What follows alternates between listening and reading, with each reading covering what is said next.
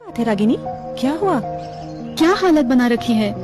अरे सुशांत, उसके दिन ब दिन बढ़ते नशे की लत ने पूरे परिवार को तबाह कर दिया है और स्थिति इतनी बिगड़ गई है कि कल तो उन्होंने नशे में मुझ पर हाथ भी उठा दिया। इसी नशे के कारण हमारा तो मकान भी बिक चुका है।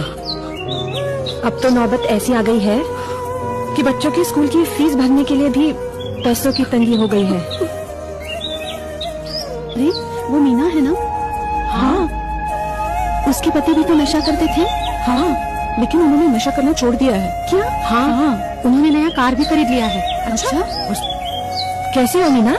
मैं बिल्कुल ठीक हूँ। आप सब कैसे हो? बस ठीक है। बैठो ना। हाँ हाँ।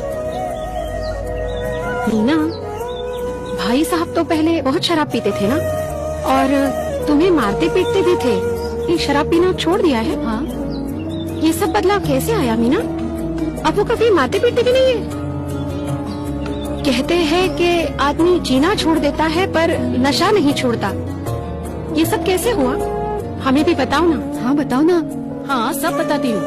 दरअसल मैं भी सभी की तरह मेरे पति का नशा छुड़ाने के लिए हर जगह गई। नशा मुक्ति केंद्र, तांत्रिकों के पास, डॉक्टरों के पास, लेकिन कोई फायदा नहीं हुआ।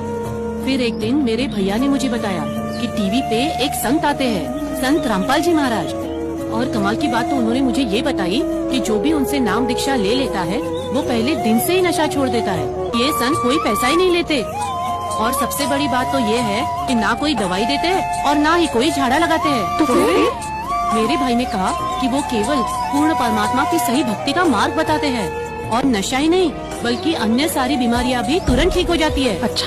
और फिर मैंने संत रामपाल जी महाराज का सत्संग सुना और टीवी पर आए हुए नंबर पर फोन करके तुरंत निःशुल्क एक पुस्तक मंगाई। निःशुल्क? हाँ, निःशुल्क, एकदम फ्री।